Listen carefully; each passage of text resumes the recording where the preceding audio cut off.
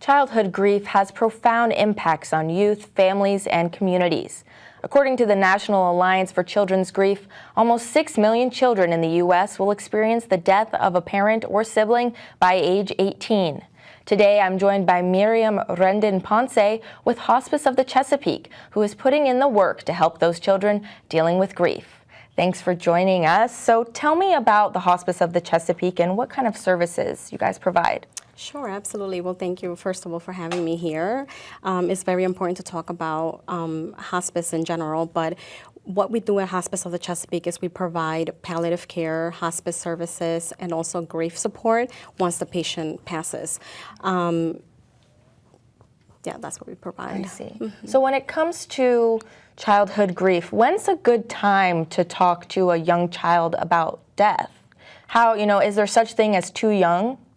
No, there is no such thing as too young. I think preparing them to what is to come is probably the best way to do it, because they know what's going on. They can pick up on cues. They can see, what's happening in the home, and they can kind of pick up on the mood of the parents and other families within the home, and they know something is wrong. So it's better to just be honest and, speak to the facts, of course, based on their age, but it's more important to just let them know what's going on. Mm-hmm.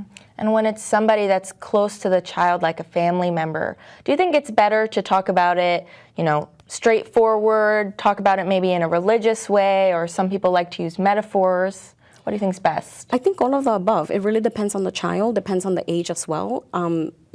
If it's a younger child, you may want to use metaphors, use people that are closer to the child, so the parents, grandparents, maybe seek some counseling before and get some support with, professional to what is the best way to talk to the child. And then on teenagers and middle schoolers, just tell them factual stuff and let them know the honest truth. Mm-hmm. So what are some signs to look for of grieving in children? It might look a little bit different from adults. What should we be looking for? Absolutely, good question. So it really depends on the age, once again. On smaller children, they may be a little bit clingier than before. They may throw some tantrums. They may be just crying for random things. For middle agers, they may be same thing, kind of acting out, maybe showing some signs of not wanting to interact with the family. For teenagers, they may avoid the whole situation. They may not want to talk about it and just pretend that it's not happening, or they might want some information, and often than not, they model what the parents or the family is doing. If the family is just really lost for words and just not doing well with the grief, the child may do the same thing. So it really depends on the family, but always it's a good idea to seek professional help. Okay. What are kind of the common questions that children ask after dealing with death in the family or a death of someone close to them? There's always going to be these automatic questions they have. What are the right ways for parents to address them? That's a good question. So they may ask something like, where is that person? Where did they go? Mm-hmm. Will they ever come back? Sometimes it's just best to just let them know what really happened.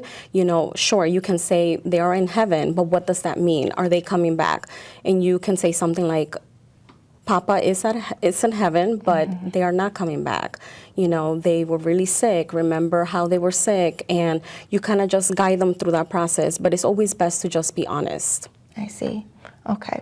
So I know that one of the programs that the hospice provides is called Camp Nabi. Yes. Can you tell me a little bit about that? Sure, absolutely. So it's an annual thing that we do. It's going to be taking place August 9th to 11th, and it's an overnight camp where counselors and campers and other professionals are going to be there to help guide the kids through activities, swimming and crafts and music, to just kind of talk about what they're grieving journey has been.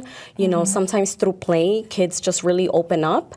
Right. They're not going to come and tell you, this is what I'm feeling, but maybe just through play or music or just having a good time, when you ask them questions, they might open up and just kind of, especially if they're around other children that are also going through the same thing. Mm-hmm. And if someone was interested in participating, where would they go to sign up, or do you guys take volunteers? Absolutely. We definitely want some volunteers. We can take as many volunteers as possible. Yeah, we have activities like helping out with the crafts or, even other activities. And then also we, always can use the help. Mm-hmm. And where does the camp take place? So this year is actually going to take place at the Arlington Echo in Millersville, Maryland. And you can register on our website.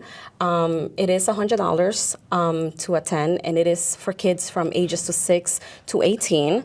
But there are scholarships available, so even for someone that can't pay $100, there is scholarships available for them. That's great. Thank you very much Absolutely. for being Thank here you. today. Thank you. Yes. And for more information on the Hospice of the Chesapeake and Camp Nabi, visit hospicechesapeake.org.